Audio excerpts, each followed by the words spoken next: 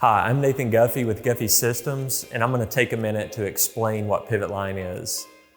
PivotLine is a manual rail finishing system that is configurable and expandable to fit nearly any shop. It consists of mobile rails, which is the cart you see behind me. PivotLine reduces material handling drastically by the rolling spray hubs moving parts through the rail in bulk. We have shops with small spray booths that have a U-shaped stationary rail configuration, L-shape. Pretty much if you can dream it up, we can configure a system to fit your needs. Having the mobile rails allow you to load your parts in a processing area, move parts into the booth, and transport them directly onto the rail for the finisher to begin spraying. Once the parts are sprayed, they can be moved back onto an empty mobile rail, and those can be moved out to a storage area or drying or sanding room.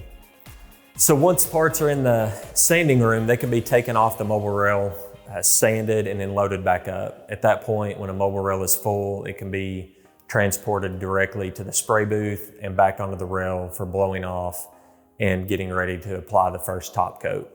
So we have customers asking all the time if PivotLine could fit their shop space and their production needs. And we can set a system up. You may finish 10 to 20 parts at a time.